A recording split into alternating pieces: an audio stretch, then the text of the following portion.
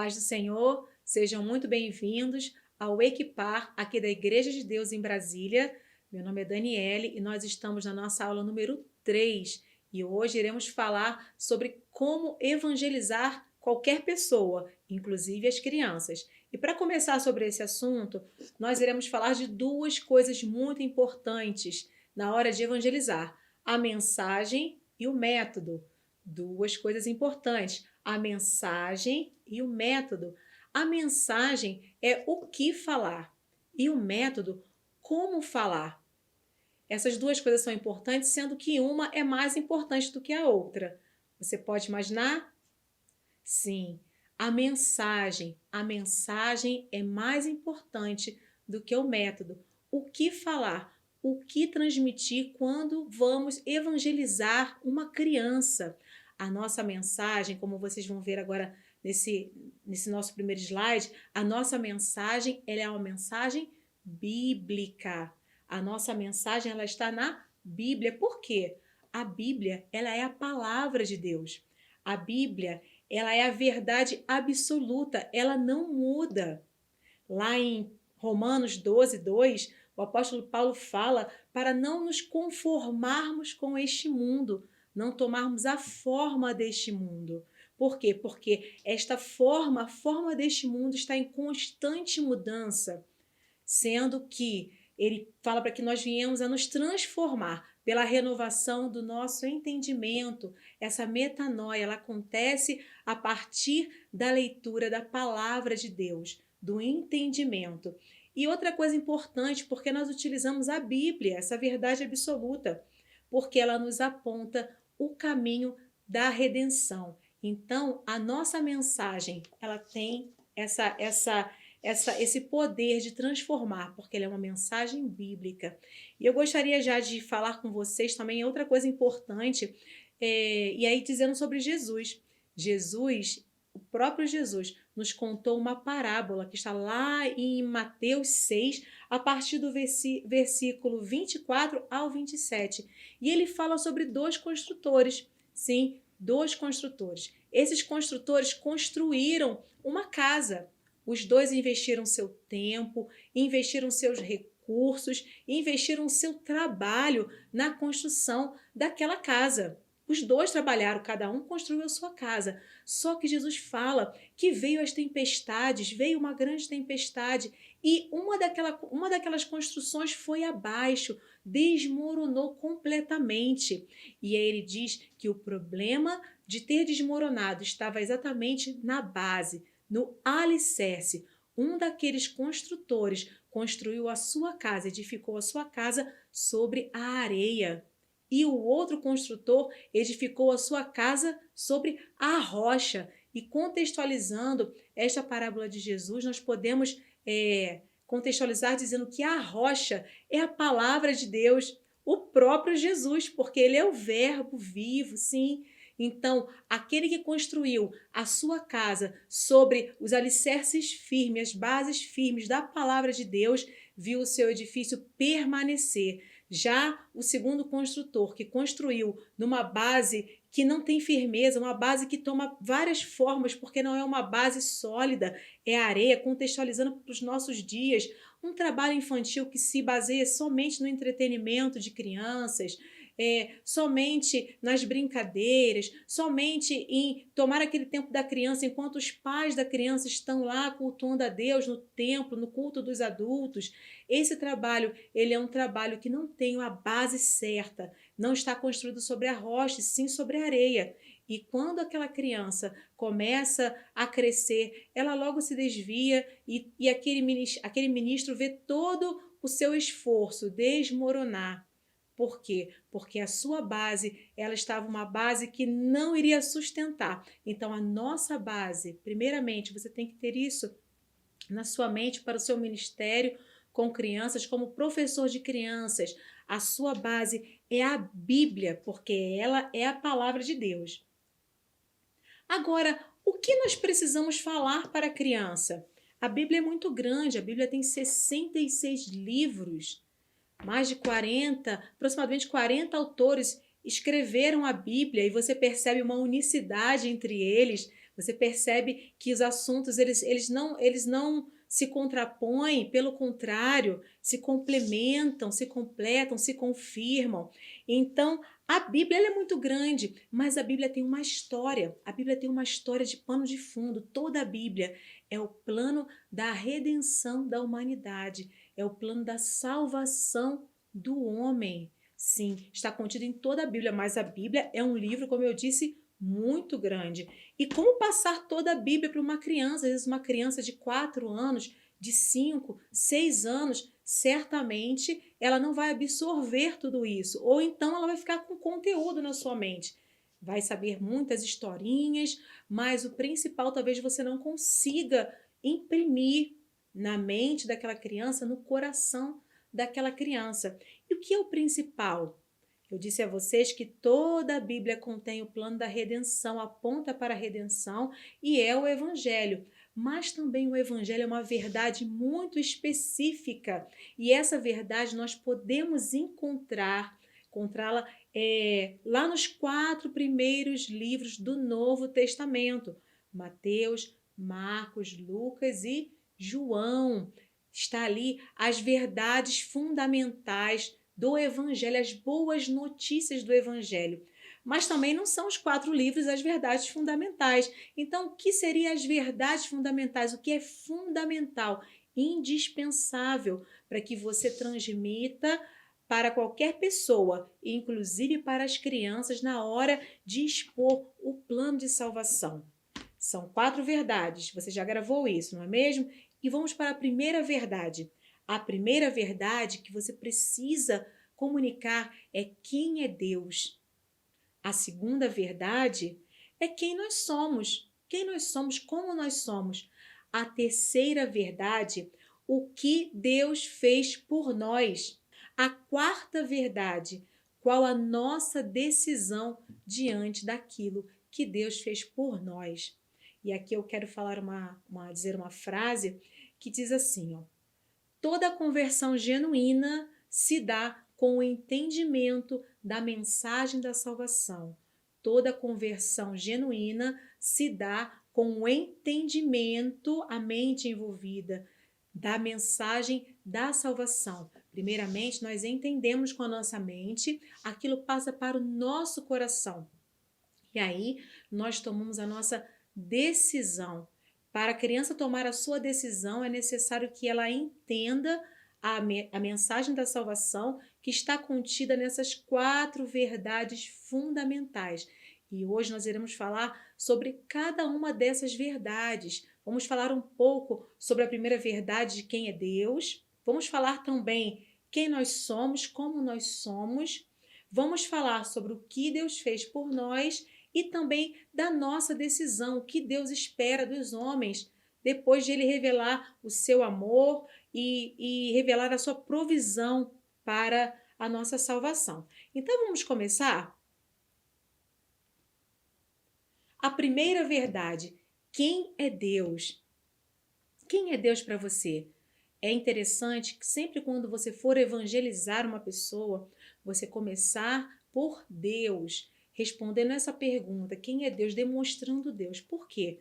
Porque as pessoas às vezes querem evangelizar uma pessoa, uma criança, principalmente um adulto. Você vai logo falando sobre Jesus. Ah, eu queria falar sobre Jesus. E aí a pessoa diz assim, ela vem esse papo de crente, já vem esse pessoal crente que quer falar de Jesus. E aí já tem um pouco de preconceito, sabia? Então, eles às vezes nem deixam que você continue a falar porque não querem muito ouvir, acham que é coisa de, isso é coisa lá de crente, não quero não. Mas quando você fala de Deus, já há uma aceitação maior.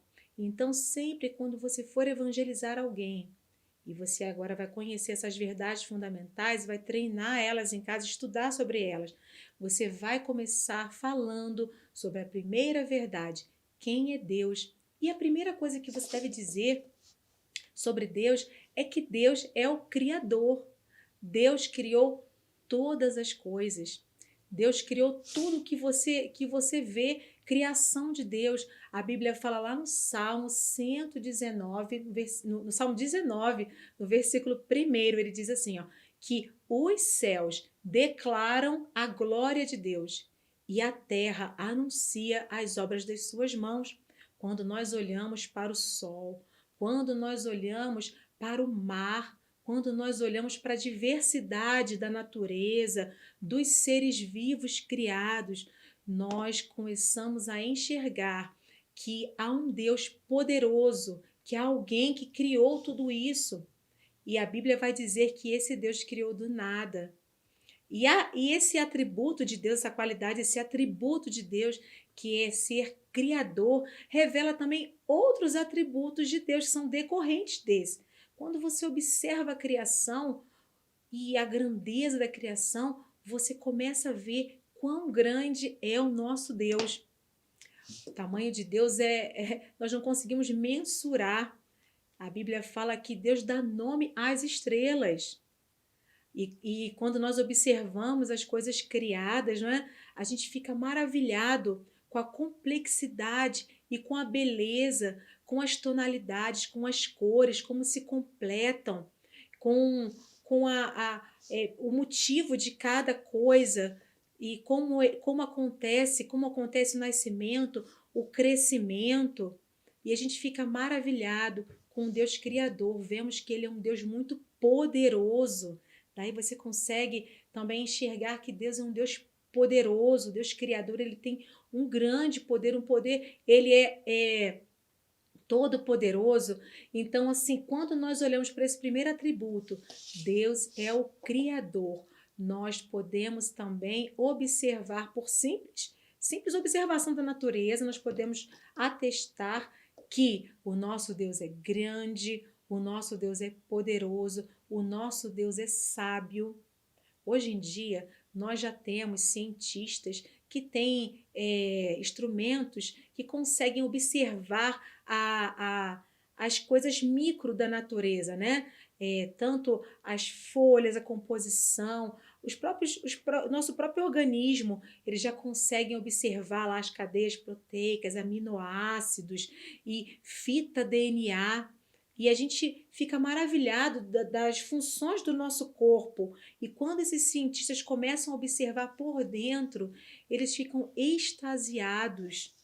Tamanha a minuciosidade, tamanha a perfeição do Criador em nos criar a nossa visão, para que a gente consiga, ver, enxergar quantas coisas, quantos fios ligados aqui, e o nosso Deus fez tudo isso.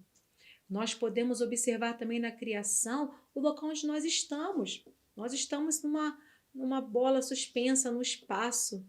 E nós estamos do sol à medida exata para que a gente não seja torrado pelo sol ou então congelado. Nós temos a lua, que a proximidade de lua e sol fazem que marés do oceano diminuam ou aumentem. Então é tudo coordenado, organizado. Nós vemos que nosso Deus é um Deus de ordem, organizado, e nós podemos também, observando a criação, saber que Deus não erra, que Deus faz tudo perfeito, Ele tem perfeição no seu agir. E é maravilhoso quando olhamos para esse universo que Deus criou, é maravilhoso nós observarmos que aqui nós temos tudo que nós precisamos para suprir nossas necessidades físicas. Nós temos alimento, não é? Nós temos tudo que nós precisamos, remédios, os remédios que vêm das plantas. E isso revela, sabe o quê? O grande amor de Deus, que é o segundo atributo que é necessário que você mencione, que você fale àquela pessoa que está sendo evangelizada. Deus nos tem um grande amor. Jeremias 31:3 diz assim: com amor eterno eu te amei. O amor de Deus não é um amor humano, não é um amor de conjunções adversativas, porém, né? Mas, porém, não é um amor desse tipo, um amor de condição. Também não é um amor de total aceitação. Não, o amor que vem de Deus, ele se chama ágape, que é diferente do nosso amor. Ágape é um amor perfeito, é puro, justo, e ele nos ama com esse amor, um amor de um pai, um pai eterno, um pai superior ao pai que nós conhecemos aqui, o nosso pai terreno. Não, é um pai do céu, um pai que tem perfeição em tudo. Esse Deus criador nos criou e nos ama com esse amor eterno.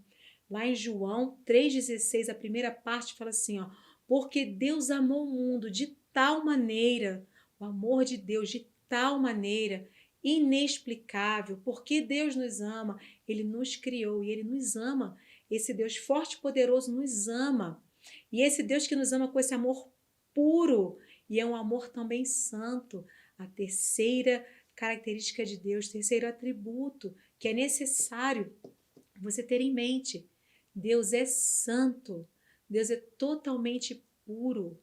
A Bíblia vai dizer que Deus é luz e nele não há treva alguma. Está vendo aqui? Nós estamos aqui no claro. Se nós apagássemos todas as luzes, ficássemos totalmente no escuro, as trevas, né? Completa escuridão. Assim que acendêssemos a luz, o que aconteceria com a escuridão? A escuridão iria fugir de nós. E isso acontece onde Deus está, não há trevas, porque Ele é luz, a presença de Deus, a santidade de Deus, a pureza de Deus. Ele é luz, Ele ilumina, não tem nada, nenhuma sombra em Deus. Deus é luz, totalmente puro, totalmente santo. Deus não faz nada de errado, nada de errado. Deus só tem qualidades e é importante que você passe isso para a pessoa que está sendo evangelizada. A santidade de Deus revela a diferença de Deus para nós. Nós somos diferentes de Deus. Por que nós somos diferentes? Porque somos pecadores. O que é pecado? Pecado, a palavra pecado significa errar o alvo. É exatamente isso. É como se você tivesse que acertar num objetivo, um alvo, e você erra aquele alvo. E como isso aconteceu? Lá no início, lá em Gênesis, a Bíblia nos registra como aconteceu isso, como o homem errou o alvo. Como o homem errou o alvo? Essa história já é conhecida de nós, não é mesmo? Deus o colocou num jardim, todas as coisas criadas, demonstrou toda a sua bondade para Adão e Eva, o primeiro homem e a primeira mulher, demonstrou toda a sua bondade, o seu cuidado. A Bíblia fala que Deus ia toda tarde falar com Adão e com Eva. Adão era um homem inteligentíssimo. Deus dotou ele de algo muito especial que o diferenciava dos outros seres viventes. Dotou ele de um livre-arbítrio, da capacidade de pensar, refletir e tomar suas próprias atitudes. E quando Deus faz isso pelo homem, quando Deus concede a ele esse livre-arbítrio, essa capacidade que é maravilhosa, tão bom a gente poder pensar e tomar as nossas escolhas, fazer as nossas escolhas, isso nos dá liberdade, não é mesmo? Quando Deus dá o livre-arbítrio para o homem faz as suas escolhas, dá nome aos animais, demonstra toda a sua inteligência, mas Deus também, quando coloca o homem naquele jardim plantado para que ele se deliciasse com todas as coisas que tinha ali, Deus também dá uma ordem para o homem. Deus requer também uma obediência do homem e diz assim: olha, de todas as árvores do jardim, de toda essa criação, vocês poderão comer, mas da árvore do conhecimento do bem e do mal não comereis, porque o dia que vocês comerem, vocês irão morrer. Veja bem, o mal já existia. O mal já existia. Tanto que Deus fala que era a árvore do conhecimento do bem e do mal. O homem não tinha contato, não tinha tido contato com o mal. O homem foi criado bom por Deus, perfeito por Deus. Foi criado do pó da terra e formado, e Deus colocou nele seu espírito, o Espírito de Deus. O homem foi criado na Trindade, em três também, corpo, alma e espírito, ele foi criado, e o mal já existia, sendo que o homem não tinha nenhum contato com o mal, não tinha experimentado. E por que Deus não tinha deixado que o homem experimentasse do mal? Porque Deus sabia que quando se o mal entrasse na história do homem, causaria a ele dor, causaria a ele sofrimento, causaria separação. Talvez até Deus já tivesse advertido o homem sobre o inimigo de Deus, Satanás. Talvez ele já tivesse advertido. Por quê? Porque a Bíblia diz que o diabo se disfarçou num animal astuto, que foi a serpente. E assim a serpente entra no jardim e a serpente, que era o diabo ali encarnado na serpente, ele fala com a Eva quando ela não estava próxima do seu esposo, Adão. E aí ela sugere a Eva que coma. Por que não? Olha, veja bem, Deus está dizendo isso, que é porque se vocês comerem, vocês vão se tornar igual a ele. Vocês vão ter o conhecimento de tudo. O diabo é o primeiro rebelde. O diabo se rebelou contra Deus. O diabo se tornou totalmente mau. E o diabo vem tentando de toda forma destruir tudo aquilo que Deus ama, tudo aquilo que Deus fez. Ele é um derrotado. Mas ali naquele local, não era esperado que Eva falasse para aquele animal: não, o meu Deus é bom. O meu Deus me criou, criou o meu esposo. O meu Deus me dá tudo o que eu preciso. Mas aí ela pensou e ela fez a sua escolha dentro daquele livre-arbítrio que Deus deu ao homem e à mulher. Então ela fez a sua escolha de desobedecer e tomar aquele fruto e comer aquele fruto e dar aquele fruto para o seu esposo Adão, que também comeu aquele fruto. Adão também culpado, porque Adão conhecia a Deus, ele deveria amar a Deus mais do que sua esposa, mas ele meio que acreditou, né? Ele acreditou e ele comeu também.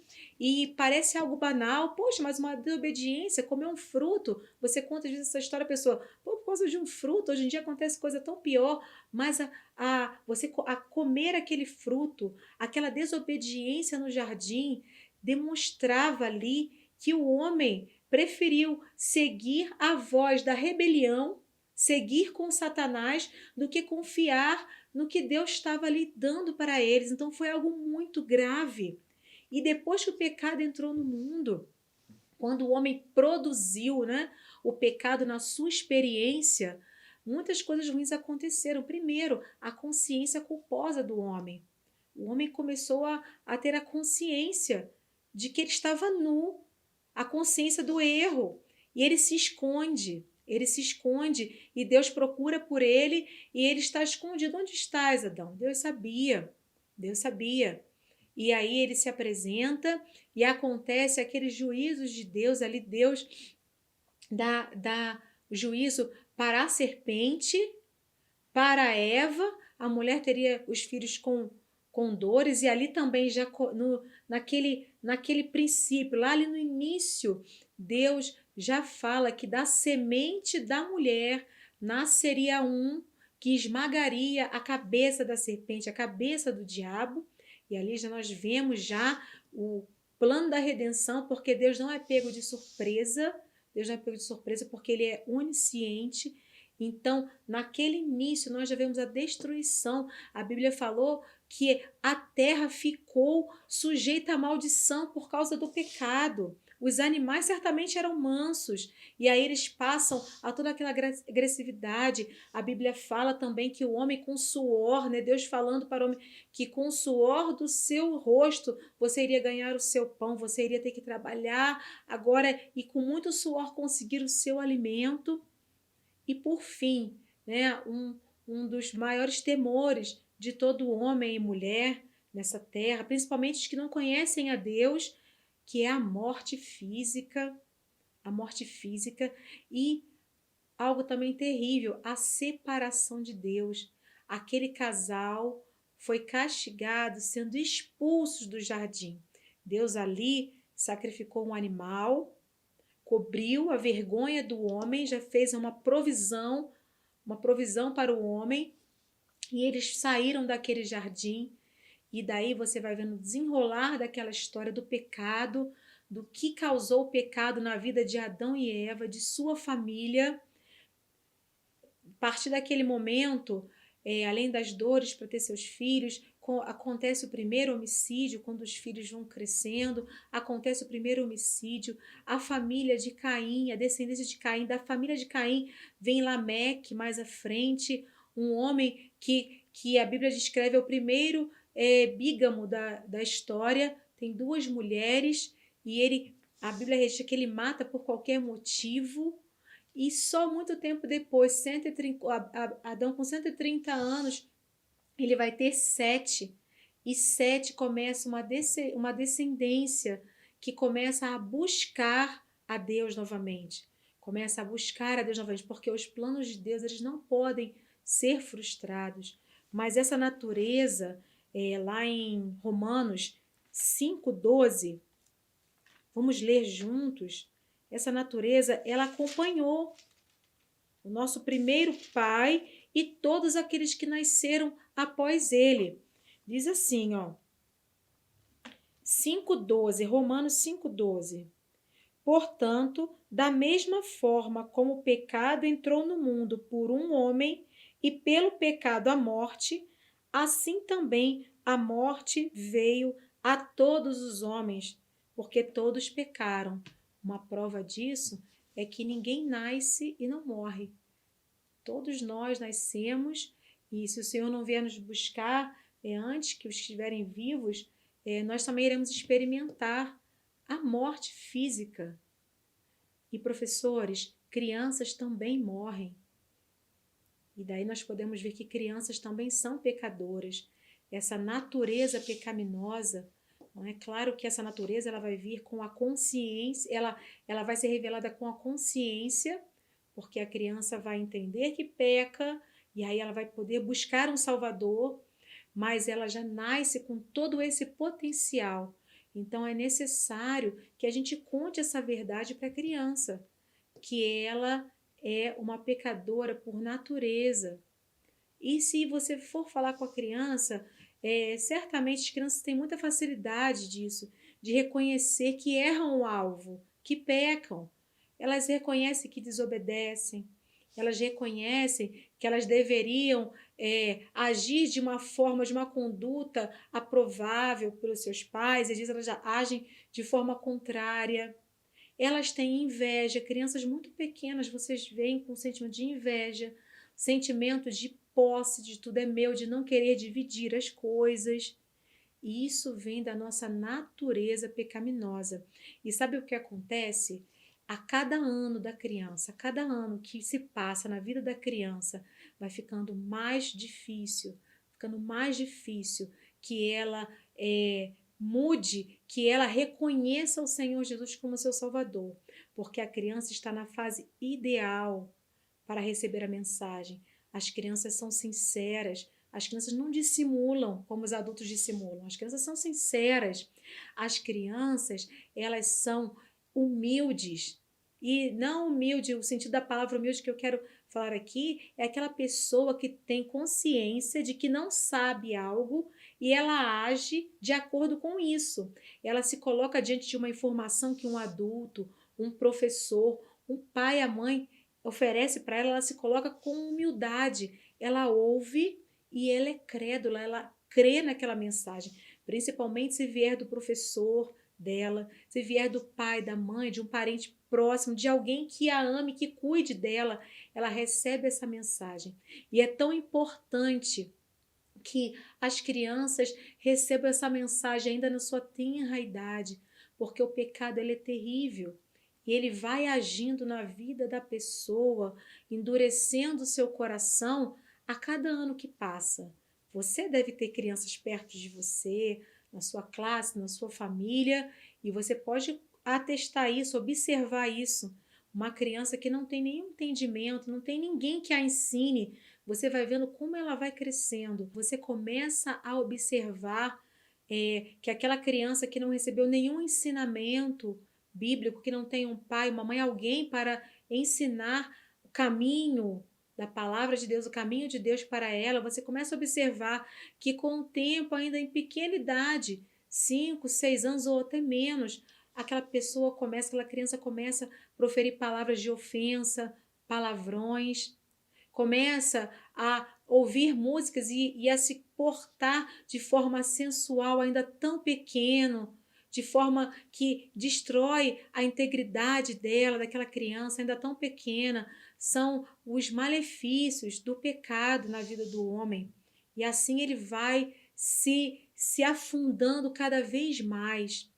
É claro que em qualquer idade, o Senhor Jesus ele é poderoso para resgatar, mas nós que estamos nesse ministério com crianças, que ministério maravilhoso, que oportunidade ímpar você está tendo, porque você está conhecendo esta verdade sobre o pecado, sobre o mal que ele faz na vida daqueles que não conhecem a Jesus o Salvador.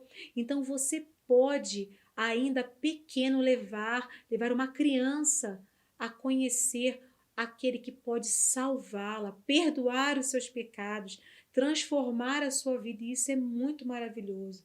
Então é necessário falar a verdade para as crianças.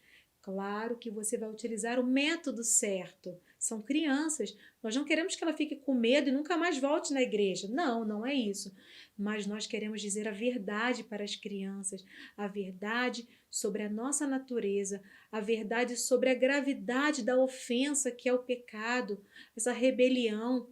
Se fazer aquilo que nós queremos é nos aliarmos ao inimigo e rejeitarmos a Deus. A criança precisa saber disso. A criança precisa saber que há um castigo para o pecado. Há um castigo. Só que Deus, e aí a terceira verdade vai entrar agora. Deus proveu, Deus fez um plano perfeito para que eu e você não sofrêssemos o castigo pelos nossos pecados. E aí nós vamos para a terceira verdade. Algo muito importante também que você não pode deixar de falar. E nessa terceira verdade, aí sim, você vai falar do nosso Senhor glorioso, Salvador, Jesus Cristo. Ele é o motivo, queridos, porque ele, sendo Deus, se esvaziou e ele se entregou. Ele pagou o preço. A salvação não custou nada para nós, foi de graça, é oferecida, mas custou tudo para Deus. O próprio Deus, no conselho eterno da Trindade, enviou o Senhor Jesus, o seu Filho perfeito. Por que perfeito? Porque ele nunca pecou. O Senhor Jesus é o Deus Filho. Sim, coigual, da mesma essência. Então ele foi enviado ao mundo, essa provisão para nos salvar. Era muito terrível, porque o pecado, ele produziu no homem a separação de Deus, a comunhão de Deus. Deus é luz, e quando nós estamos em pecado, estamos na escuridão dos nossos pecados, nós nos afastamos dessa luz. Nós nos afastamos dessa bondade, desse amor. E quando o homem pecou, essa natureza, todo homem que nasce, nasce com essa natureza e nasce com seu espírito assim, com seu espírito morto para Deus, sem comunicação com Deus. Então, esse plano maravilhoso da redenção, que culmina aqui na vinda do Filho de Deus. A Bíblia fala que na plenitude dos tempos foi enviado o Senhor Jesus, nascido de mulher, sob a lei. Ele veio, e ele veio com um propósito. Jesus veio e confrontou os religiosos da época, confrontou os filhos chamados de Deus, os filhos de Abraão, confrontou aqueles e foi enviado também João Batista com o batismo de arrependimento, anunciando, preparando o caminho do Senhor, dizendo: arrependam-se dos vossos pecados, porque o reino de Deus é chegado, está chegando o reino dos céus. E Jesus veio e pregou para aquelas pessoas que tinham sido lá no princípio, né, comissionadas para mostrar ao mundo quem era Deus, mostrar as maravilhas, mostrar que Deus havia uma promessa de um resgate da humanidade. Aquela geração falhou nisso e Jesus veio e confrontou. Muitos ali creram na sua mensagem, muitos não quiseram dar ouvidos, como nos dias de hoje. Por isso que é necessário que você pregue a palavra. Deus não disse para que você vá converter ninguém, mas você não pode se furtar de anunciar esse evangelho, o evangelho que tira o homem do lamaçal do pecado, perdoa os pecados dele e coloca o homem na presença de Deus novamente, não mais como uma criatura, um ser criado, mas agora como filho de Deus. Somente Jesus faz essa ligação entre o homem e Deus. Ele é o único caminho. Então você precisa dominar isso, saber essa verdade de que Jesus é o único caminho. E o que Jesus fez? Jesus pregou, Jesus curou, ou seja, demonstrou o seu poder em todo o tempo. Jesus serviu. O ministério da bacia, muitos dizem isso, o ministério da bacia, né? Temos a bacia, a cruz e o túmulo vazio, símbolos da nossa fé. A bacia, porque lá na última ceia, Jesus se levanta e Jesus se coloca como um servo do mais humilde de todos, e ali ele serve lavando os pés dos discípulos, dando um exemplo este que foi dado durante todo o seu ministério. Ele fez isso, ele sendo Deus, ele falou com pecadores, ele recebeu prostitutas, ele recebeu homens que estavam à margem da sociedade, homens que eram invisíveis para a sociedade da época. Ele serviu as classes mais baixas. E naquela cena ali da última ceia, Jesus se coloca como esse servo no mais baixo nível da pirâmide, não é? Ele estava ali como aquele que lava os pés dos convidados, demonstrando para que ele veio. Ele veio para servir e enfrentou a cruz. As autoridades levaram ele para uma condenação vergonhosa, uma condenação injusta, uma condenação que foi humilhante, e ele ali foi pregado. E você vê na palavra de Deus sendo dito que, como uma ovelha muda, ele foi para o matadouro. Você imagina como aqueles homens resistiam à crucificação. Imagina quantos soldados deveriam ter para prender aquelas pessoas na cruz. E a palavra diz que Jesus não resistiu em momento algum. Jesus se entrega naquela cruz. A cruz, o símbolo do poder romano de punir, o símbolo da crueldade, ele é colocado ali, naquele cruento madeiro, ele é colocado ali, e ali ele derrama o seu sangue, ali ele paga o preço pelo meu e pelo seu pecado. A Bíblia diz que o castigo que nos traz a paz estava sobre ele, só Jesus, só Jesus. Tudo aponta para ele na Bíblia. Os sacrifícios dos cordeiros, dos bodes, das ovelhas, aquele derramamento de sangue que cobria o pecado, vem demonstrando, vem lançando luz. A Páscoa judaica vem lançando luz. Onde havia o sangue do cordeiro nas portas daqueles judeus, o anjo da morte passava por cima e não entrava naquela casa. E tudo vem se cumprir na pessoa do Senhor Jesus, aquele que não cobre pecados, mas aquele que com seu sangue puro, diferente de sangue de bodes e ovelhas, com seu sangue puro, ele tira o pecado. E ali ele se entrega. Jesus morre naquela cruz. E nesse momento, o último obstáculo, né? Aquilo que causa temor nos homens é vencido, porque Jesus, ele é o primogênito dentre os mortos, e a palavra diz que no terceiro dia Jesus venceu a morte. O túmulo é aberto de dentro para fora. Jesus, ele ressuscita. Jesus vence a morte. E muitas pessoas viram Jesus. Jesus hoje está vivo no céu. Lá em 1 Coríntios, no capítulo 15, a partir do versículo 3b e o 4, diz assim, que Cristo morreu pelos nossos pecados, segundo as Escrituras, o Antigo Testamento. Foi sepultado e ressuscitou ao terceiro dia, segundo o Antigo Testamento, as Escrituras, porque o Novo Testamento não havia sido escrito ainda.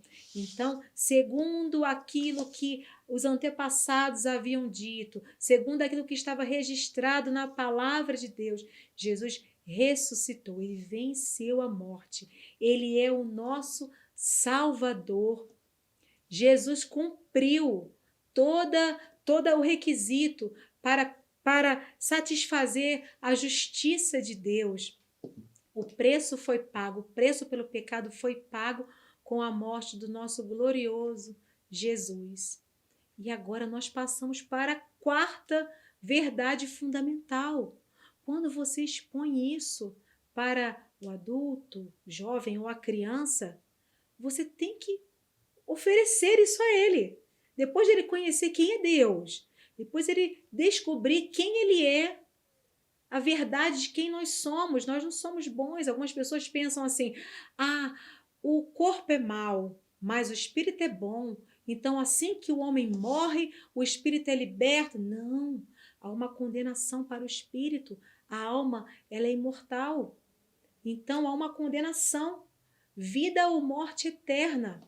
Então, é necessário, depois que você explica tudo isso para o seu ouvinte, é necessário que você vá para a quarta verdade fundamental, que é a apropriação, oferecer oferecer este banquete da graça, oferecer esse presente da salvação para o seu ouvinte. E como você faz isso? É necessário darmos oportunidade ao pecador arrependido de apropriar-se da salvação. É necessário que a pessoa reconheça-se pecador e que esteja arrependido dos seus pecados. Não quero seguir com o inimigo. Eu quero seguir com Deus, meu Criador. Esse Deus maravilhoso. Não quero ser rebelde. E aí, quando ela tem essa consciência, esse entendimento, você é a presença do Senhor Jesus. É a solução de Deus. Olha, você está arrependido dos seus pecados? Estou. Tem como eu ser perdoado? Tem. Deus proveu, o Senhor Jesus. E hoje, aí a Bíblia diz lá em João 1,12, a todos quantos o receberam, aos que creram no seu nome, no nome de Jesus, deu-lhes o poder, algumas versões do direito, de serem feitos filhos de Deus. Que coisa maravilhosa! Hoje, eu e você, que cremos em Jesus, podemos ter os nossos pecados perdoados e sermos feitos filhos de Deus. Quando a pessoa recebe Jesus na sua vida, algo maravilhoso acontece. Primeiro, em relação a Deus, você foi perdoado, então sua dívida está paga, não por causa de você, mas por causa de Jesus. Por isso nossa oração é em nome de Jesus. Então a sua dívida está paga com Deus. Então você tem comunhão, você pode orar a Deus, né? O novo e vivo caminho que a palavra nos aponta é Jesus, e nós podemos orar a Deus em nome de Jesus. Nós temos paz com Deus, sim, e nós temos segurança em Cristo, segurança que Ele não vai nos deixar. Sabe por quê? Jesus, quando subiu aos céus, Ele falou assim, eu não vou deixar vocês órfãos, eu vou enviar o Espírito Santo. E o Espírito Santo, professores, ele mora em nós. É o Espírito Santo que vai trabalhando esse processo de santificação na nossa vida, que vai trabalhando em nós, né? O nosso querer, ele é um querer mau. Nós temos isso porque nós somos libertos do poder do pecado, mas nós temos a presença ainda do pecado, porque o plano ainda vai ser totalmente cumprido, ainda vai se completar com a segunda vinda, né, com a segunda vinda de Jesus, quando vier para buscar a sua igreja, aí sim estaremos num lugar de glória, um lugar de gozo, onde não haverá a presença do pecado, esse sentimento que às vezes você sente, que te atormenta, esse sentimento que te deixa inquieto, angustiado. Isso é a presença do pecado ainda rondando, porque a Bíblia diz que os anjos do Senhor acampam ao nosso redor, mas que o inimigo ele está ao nosso derredor, buscando a quem ele possa tragar. Então, nós, enquanto estivermos nessa terra, estamos tendo essa luta da carne e do espírito.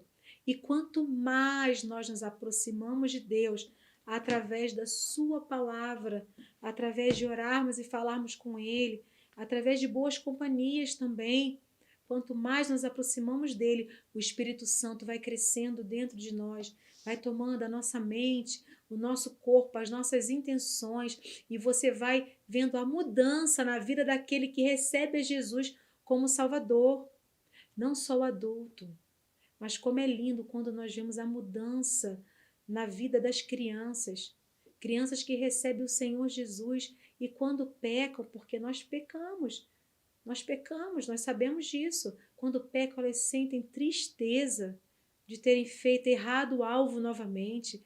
E quem traz esse convencimento é o Espírito Santo, que não faz com que a alma pecadora fique indiferente ao pecado.